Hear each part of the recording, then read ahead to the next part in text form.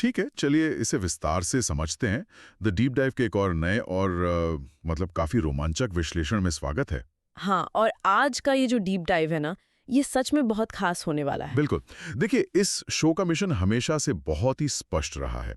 दुनिया भर में हर दिन जो ढेरों आर्टिकल्स और क्या कहते हैं रिसर्च रिपोर्ट्स छपते हैं ना, हाँ, उनका एक बहुत बड़ा अंबार लग जाता है। वही तो उस विशाल अंबार में से उन चुनिंदा मोतियों को निकाल कर लाना जो असल में एक बड़ी तस्वीर बनाते हैं। बिल्कुल सही कहा।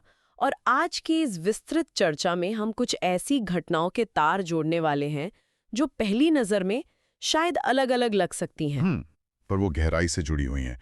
आज हम बात करेंगे ग्लोबल जियोपॉलिटिक्स, यानी वैश्विक राजनीति में आ रहे उन अचानक बदलावों की जो दुनिया का नक्शा ही बदल रहे हैं। और इसके बाद हम देखने वाले हैं कि कैसे देश की सर्वोच्च अदालत जवाबदेही को लेकर एक नया और मैं कहूँगी बहुत ही सख्त पैमाना तय कर रही है। हाँ, और अंत में हम खेल के मैदान में उतरेंगे, उस नए इंटेंट या जो एक रणनीतिक आक्रामकता है जिसने क्रिकेट और फुटबॉल की दुनिया में हलचल मचा दी है, उसको समझेंगे। और ये पूरा विश्लेषण विशेष रूप से उन श्रोताओं के लिए डिजाइन किया गया है जो सूचनाओं की बाढ़ में खोए बिना खुद को बिल्कुल अपडेट रखना चाहते हैं।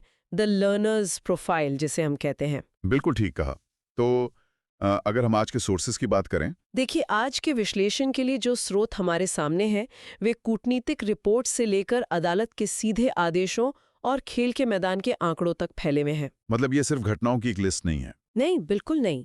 ये समझने का एक प्रयास है कि फैसले आखिर कैसे लिए जा रहे हैं।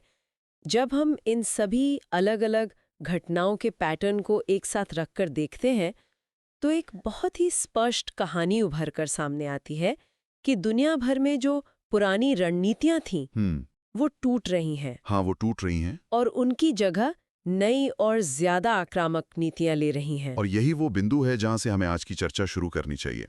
अगर हम अंतर्राष्ट्रीय राजनीति के गलियारों की ओर चलें, तो ईवाई की फरवरी 2026 की जियो स्ट्रेटेजिक एनालिसिस रिपोर्ट सामने आई है। और इस रिपोर्ट को पढ़ने के बाद जो सबसे पहली बात दिमाग में आती है, वो है अमेरिका की विदेश नीति में एक बहुत बड़ा और सच कहा जाए तो बहुत ही विरोधाभासी बदलाव। विरोधाभासी कैसे? थोड़ा विस्तार से बताइए। देखिए, एक तरफ तो अमेरिकी प्रशासन ने वेनेजुएला के राष्ट्रपति निकोलास मदुरो की गिरफ्तारी को अंजाम दिया है। जो कि एक बहुत ही कड़ा राजनीतिक कदम है। बिल्कुल। लेकिन वहीं दूसरी तरफ उसी वेनेजुएला के जो जर्जर हो चुके तेल उद्योग हैं, उनको फिर से खड़ा करने के लिए अमेरिका $100 बिलियन के भारी भरकम निवेश की योजना बना रहा है। बाप रे, $100 बिलियन? मतलब राजनीति में दुश्मनी और अर्थशास्त्र में इतनी बड़ी साझेदारी, ये अपने आप में चौंकाने वाला है। हाँ, और इसके अलावा इसी रिपोर्ट में ग्रीनलैंड को लेकर अमेरिका और यूरोपियन यूनियन यानी ईयू के बीच बढ़ते कूटनीतिक तनाव का भी जिक्र है। तो यहाँ एक कूटनीतिक शून्य पैदा हो रहा है। यहाँ जो सबसे दिलचस्प बात है वो ये है कि महाशक्तियों के बीच का ये जो परंपरागत समीकरण था ना, वो अब पूरी तरह से बदल रहा है। हाँ, जब अमेरिका और ईयू जैसी बड़ी शक्तियां ग्रीनलैंड के संसाधनों या अपनी आंतरिक नीतियों में उलझ रही हैं, तो जैसे आपने कहा एक वैक्यूम बन रहा है। और इस शून्य को भरने के लिए मिडिल पावर यानी जो मध्यम शक्तियां हैं, वो बहुत आक्रामक तरीके से आगे आ रही हैं। आज के समय में कनाडा, चाइना, यूके, जर्मनी और अपना भारत, ये देश अब सिर्फ मूक दर्शक नहीं है। बिल्कुल नहीं। अब ये एक नया वैश्विक आर्थिक ढांचा तैयार कर रहे हैं।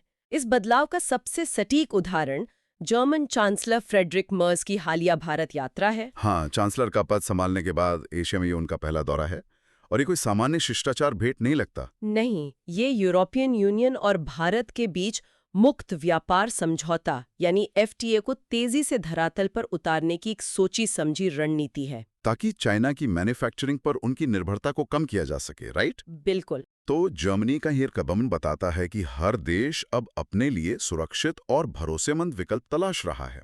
और जब हम सुरक्षित विकल्पों और एफटीए की बात करते हैं, तो भारत और इजराइल के बीच हो रही प्री ट्रेड अग्रीमेंट बातचीत को भी इसी चश्मे से देखा जाना चाहिए।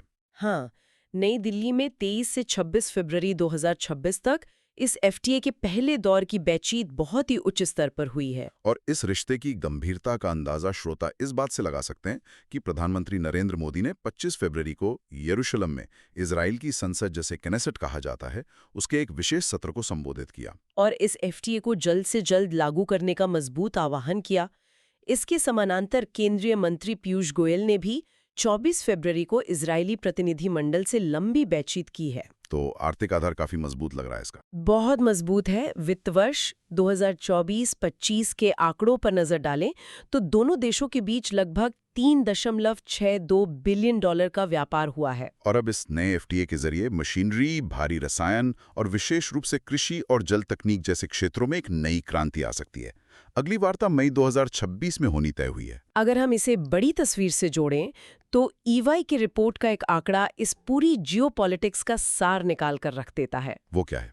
रिपोर्ट के मुताबिक दुनिया भर के 83% सीईओज आज के समय में भू राजनीतिक घटनाओं के डर से अपनी निवेश रणनीतियों में भारी बदलाव कर रहे हैं। 83%, ये तो बहुत बड़ा नंबर है। हाँ, कॉर्पोरेट जगत अब सिर्फ मुनाफे के पीछे नहीं भाग रहा है, वो स्थिरता और सुरक्षा के पीछे भाग रहा है। ये एक बहुत ही अहम बिंदु है।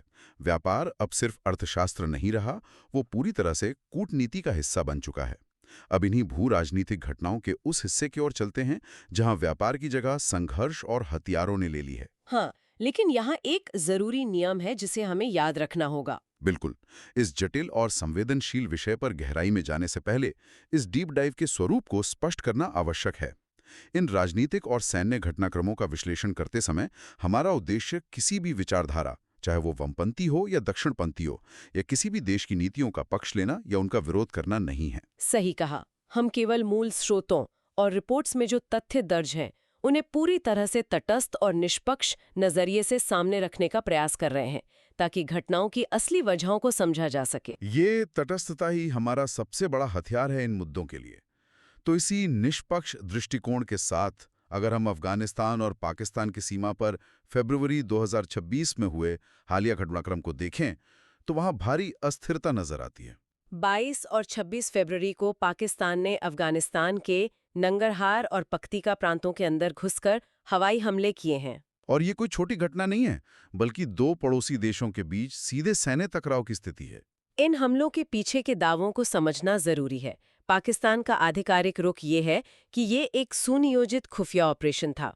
उनका लक्ष्य तहरीक तालिबान पाकिस्तान यानी टीटीपी और इस्लामिक स्टेट खुरासान प्रोविंस यानी आईएसकेपी के 7 ठिकानों को निस्तानाबूद करना था। सुनने वालों की जानकारी के लिए बता दें कि ये दोनों ही चरमपंथी समूह पाकिस्तान के भीतर भारी अस्थिरता का कारण बने हुए हैं। हाँ, और पाकिस्तान के अनुसार इस ऑपरेशन में 80 आतंकवादी मारे गए हैं। उनका दावा है कि इस्लामाबाद की एक शिया मस्जिद और खैबर पख्तूनख्वा क्षेत्र में जो भीषण आत्मघाती हमले हुए थे, ये हवाई कार्रवाई उसी का एक सीधा और सख्त जवाब थी। वहीं दूसरी ओर अफगान सरकार का पक्ष इस पूरी घटना को एक बिल्कुल अलग नजरिए से पेश करता है। अफगानी अधिकारियों ने इन हवाई हमलों को अपनी क्षेत्रीय अखंडता और अंतर्राष्ट्रीय संप्रभुता का सीधा उल्लंघन माना है। उनका दावा है कि इन हमलों की चपेट में नागरिक इलाके आए हैं, जिसके परिणाम स्वरूप महिलाओं और बच्चों सहित 18 निर्दोष नागरिकों की जान गई है। और स्थिति की गंभीरता तब और बढ़ गई जब 26 फरवरी को अफगानिस्तान की तरफ से भी जवाबी कार्रवाई की गई। इस पलटवार के तुरंत बाद पाकिस्तान ने ऑपरेशन गजब लिल हक के नाम से एक नया और व्यापक सैन्य अभियान शुरू कर दिया है। और इस पूरे विवाद में भारत के विदेश मंत्रालय ने भी अपना बयान जारी करते हुए नागरिक मौतों, विशेषकर महिलाओं और बच्चों के मारे जाने की कड़ी निंदा की है। अब देखिए, इस पूरे क्षेत्र में जो ये सैन्य तनाव है ना, इसका असर केवल इन सीमाओं तक सीमित नहीं रहता। ये वैश्विक ऊर्जा बाजार और अर्थशास्त्र को सीधे तौर पर प्रभावित करता है। ये जुड़ाव ही सबसे महत्वपूर्ण है। इसे वापस उसी ग्लोबल ऑयल मार्केट और अमेरिका की नीतियों से जोड़कर देखिए जिसकी चर्चा हमने शुरुआत में की थी। हाँ, ईरान वाला पॉइंट। बिल्कुल। एक तरफ ईरान है जो कच्चे तेल का बहुत बड़ा उत्पादक है, लेकिन वहाँ दिसंबर 2025 से ही बड़े पैमाने पर राष्ट्रव्यापी विरोध प्रदर्शन चल रहे हैं। इंटरनेट बंद है, आर्थिक हालात चरमरा गए हैं और अस्थिरता चरम पर है। और मध्य पूर्व की इस अनिश्चितता और ईरान से तेल की सप्लाई पर खतरे को देखते हुए ही अमेरिका मजबूर है कि वो वेनेजुएला जैसे देश के तेल उत्पादन को फिर से जिंदा करे, जो कि अभी मात्र 1 मिलियन बैरल प्रतिदिन के निचले स्तर पर है। भले ही इसके लिए उन्हें राजनीतिक रूप से निकोलस मदुरो के साथ ही क्यों ना उलझना पड़े। ये सब कुछ ऊर्जा सुरक्षा सुनिश्चित करने की एक बहुत बड़ी जदोजहद है। बिल्कुल, अंतर्राष्ट्रीय कूटनीति और सीमाओं के इस भारी तनाव से निकलकर अब हम अपने देश की घरेलू नीतियों के एक ऐसे मामले पर आते हैं जिसने शिक्षा व्यवस्था और न्यायपालिका के बीच एक ऐसी ऐतिहासिक बहस छेड़ दी है। हाँ, हम बात कर रहे हैं सुप्रीम कोर्ट द्वारा कक्षा 8 की सामाजिक विज्ञान यानी सोशल साइंस की एक एनसीईआरटी पुस्तक पर लगाए गए पूर्ण प्रतिबंध की। ये पूरा विवाद उस किताब के एक विशिष्ट अध्याय को लेकर शुरू हुआ था, जो दिलचस्प रूप से न्यायपालिका के कार्यप्रणाली पर ही आधारित था। हाँ, अगर हम इसे बड़ी तस्वीर से जोड़ें, जैसा कि आप हमेशा कहती हैं, तो ये मामला सिर्फ किसी किताब में छपी एक तथ्यात्मक गलती को सुधारने का नहीं है। नहीं, ये संस्थागत जवाबदेही या कहें कि इंस्टीट्यूशनल अकाउंटेबिलिटी का एक बहुत बड़ा और सख्त उदाहरण बन गया है। भारत के मुख्य न्यायाधीश यानी सीजेआई सूर्यकांत ने इस मामले की सुनवाई करते हुए केवल सुधार के आदेश नहीं दिए। उन्होंने 5 ऐसे कड़े निर्देश पारित किए हैं जो पूरे शिक्षा विभाग के लिए एक नजीर बन गए हैं। उन 5 निर्देशों की गहराई को समझना बहुत जरूरी है। पहला और सबसे तत्कालिक आदेश ये था कि इस विवादित किताब को तुरंत प्रभाव से सभी प्लेटफॉर्म्स, चाहे वे फिजिकल दुकानें हों या डिजिटल पीडीएफ फॉर्मेट, वहां से हटा दिया जाए। और दूसरा निर्देश सीधे तौर पर एनसीईआरटी के निर्देशक दिनेश प्रसाद सकलानी को दिया गया है। उन्हें ये जिम्मेदारी दी गई है कि वे बाजार और स्कूलों में पहुंच चुकी इस किताब की एक-एक कॉपी को जब्त करवाएं और अदालत के सामने एक विस्तृत कंप्लायंस रिपोर्ट पेश करें कि ये काम कैसे और कब पूरा हुआ। और अदालत की सख्ती यही नहीं रुकी। तीसरा निर्देश ये है कि इस किताब को कक्षा में पढ़ाने पर पूर्ण रूप से प्रतिबंध लगा दिया गया है। चौथा आदेश इस किताब के भविष्य को लेकर है, जिसके तहत इसके आगे के उत्पादन, छपाई और वितरण पर ब्लैंकेट बैन लगा दिया गया है। इसका सीधा अर्थ है कि ये संस्करण अब कभी भी प्रकाश में नहीं आ सकता। लेकिन जो 5वां आदेश है, वो इस पूरे मामले को एक बिल्कुल नए स्तर पर ले जाता है। सुप्रीम कोर्ट ने केवल प्रतिबंध लगाकर मामले को बंद नहीं किया, बल्कि व्यक्तिगत जवाबदेही तय करने का रास्ता चुना है। हाँ, एनसीईआरटी के निदेशक और स्कूल शिक्षा विभाग के सचिव को सीधे तौर पर कारण बताओ नोटिस जारी किया गया है। और इसके अलावा जिस नेशनल सिलेबस बोर्ड ने ये विशेष अध्याय तैयार किया था, कोर्ट ने उस बोर्ड के सभी सदस्यों के नाम और उस मीटिंग के मिनट्स पेश करने का आदेश दिया है। मीटिंग के मिनट्स मंगाने का मतलब है कि कोर्ट ये देखना चाहता है कि जब ये पाठ्यक्रम तय हो रहा था, तब किसने क्या तर्क दिए और ये लापरवाही किस स्तर पर हुई। ये एक बहुत ही स्पष्ट संदेश है कि शिक्षा के मामले में, विशेषकर जब बात करोड़ों छात्रों के भविष्य और देश की संस्थाओं की जानकारी की हो, तो किसी भी प्रकार की त्रुटि को हल्के में नहीं लिया जाएगा। और ये मामला अब केवल पाठ्यक्रम के विवाद का नहीं रह गया है, बल्कि ये कोर्ट की अवमानना यानी कंटेम्प्ट प्रोसीडिंग्स और सिस्टम में बैठे लोगों की व्यक्तिगत जिम्मेदारी का एक ऐतिहासिक केस बन चुका है। कूटनीति के दांव पेच और कोर्टरूम की इस गंभीर चर्चा के बाद चलिए अब मैदान का रुख करते हैं, जहां ऊर्जा और रणनीति और रोमांच अपने चरम पर है। क्रिकेट। सबसे पहले बात करते हैं क्रिकेट की दुनिया की, जहां T20 वर्ल्ड कप में भारत ने जिम्बाब्वे के खिलाफ एक ऐसा मस्ट विन मुकाबला जीता है जिसने सभी का ध्यान खींचा है। हाँ, भारत ने इस मैच में टूर्नामेंट का अपना सबसे बड़ा स्कोर खड़ा किया, 4 विकेट के नुकसान पर 256 रन। इस मैच के आंकड़े किसी भी क्रिकेट प्रशंसक के लिए किसी चमत्कार से कम नहीं है। अभिषेक शर्मा ने अद्भुत आक्रामकता दिखाते हुए सिर्फ 30 गेंदों में 55 रन बनाए। और हार्दिक पांड्या ने अपनी लय में लौटते हुए महज 23 गेंदों में नाबाद 50 रनों की पारी खेली। और युवा खिलाड़ी तिलक वर्मा ने 16 गेंदों में नाबाद 44 रन ठोक डाले कि एक बेहद जुझारू और नाबाद पारी जरूर खेली, लेकिन अर्शदीप सिंह की घातक गेंदबाजी ने, जिसमें उन्होंने 3 अहम विकेट चटकाए, भारत की जीत पर मोहर लगा दी। इस जीत से ज्यादा चर्चा उस तरीके की हो रही है जिस तरह से ये मैच खेला गया। क्रिकेट के दिग्गज सचिन तेंदुलकर ने भी भारतीय टीम के इस दृष्टिकोण की खुलकर तारीफ की है। उन्होंने टीम के इंटेंट यानी इरादे पर जोर देते हुए कहा है कि T20 क्रिकेट में अब सिर्फ रन बनाना काफी नहीं है। पहली गेंद से ही विपक्षी टीम पर हावी होने की जो ये रणनीति है, यही भविष्य का क्रिकेट है। और उन्होंने ये भी स्पष्ट किया कि टीम को यही आक्रामक लया आगे भी बनाए रखनी होगी, क्योंकि अगला मुकाबला वेस्टइंडीज के खिलाफ कोलकाता के ईडन गार्डन्स में है, जो सेमीफाइनल में जगह पक्की करने के लिए एक करो या मरो का मैच होने वाला है। और खेल के मैदान का ये इंटेंट केवल पुरुष क्रिकेट तक सीमित नहीं है। महिला क्रिकेट में भी एक बहुत ही दिलचस्प और रणनीतिक लड़ाई चल रही है। 27 फरवरी 2026 को होबार्ट के बेलरिव ओवल में भारत और ऑस्ट्रेलिया की महिला टीमों के बीच मल्टी फॉर्मेट सीरीज का दूसरा ओडीआई खेला जा रहा है। ये सीरीज इस समय 4-4 की बराबरी पर है, जो बताता है कि दोनों ही टीमें एक दूसरे को कितनी कड़ी टक्कर दे रही हैं। इस मैच के शुरुआत में भारत ने टॉस जीतकर पहले बल्लेबाजी करने का साहसिक फैसला किया है। भारतीय खेमे के लिए एक बहुत बड़ी राहत की बात यह है कि कप्तान हरमनप्रीत कौर पूरी तरह से फिट होकर मैदान पर वापस आ गए हैं। ओपनिंग की जिम्मेदारी स्मृति मंधाना और प्रतिका रावल के कंधों पर है। और टीम मैनेजमेंट ने इस अहम मुकाबले के लिए कुछ बहुत ही सोचे समझे रणनीतिक बदलाव किए हैं। शफाली वर्मा और तेज गेंदबाज रेणुका सिंह ठाकुर को आराम देकर अमनजोत कौर को शामिल किया गया है। और जो रेट है उसमें भी ज़्यादा फर्क नहीं आया। मतलब जुम्मे को याद है, जब मैं छोटा था तो उस टाइम पे जो भी रेट था उससे शायद 15 या 20 रुपए कुछ ऊपर नीचे हुआ होगा। अगर अपनी ड्रिंक भी लाने जा रहे हो, कुछ खाने के लिए भी जा रहे हो, आपको स्टेज पूरा बाकायदा दिख रहा है। You are not missing any part of the concert.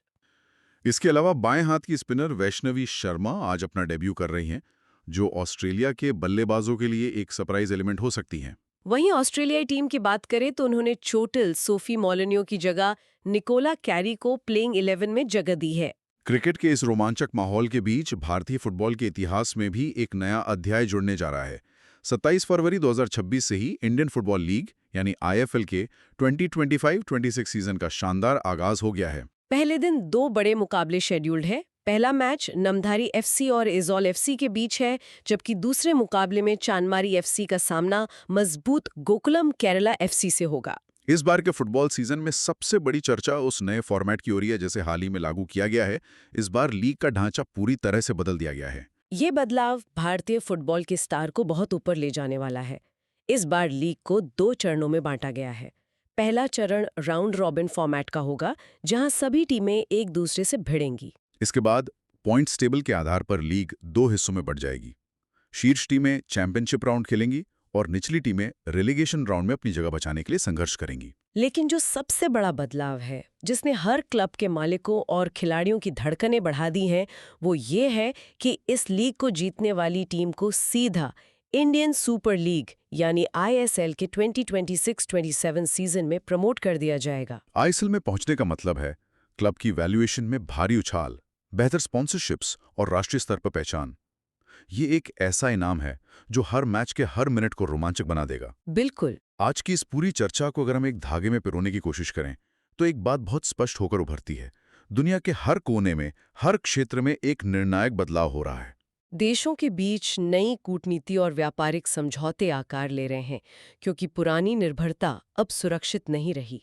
Supreme court जैसे संस्थान शिक्षा और सार्वजनिक जीवन में जवाबदेही के मानकों को फिर से लिख रहे हैं, जहां लापरवाही के लिए कोई जगह नहीं छोड़ी जा रही है। और खेल के मैदान पर, चाहे वो क्रिकेट का इंटेंट हो या फुटबॉल का नया प्रमोशन सिस्टम, हर जगह आक्रामकता और परिणाम हासिल करने की एक नई भूख दिखाई दे रही है। ये सब संकेत हैं कि हम एक बहुत ही तेज और रणनीतिक दुनिया में प्रवेश कर चुके हैं। ये सभी घटनाक्रम मिलकर एक बहुत ही गहरा और विचारोत्तेजक सवाल खड़ा करते हैं, जिस पर हम सभी को गंभीरता से सोचना चाहिए।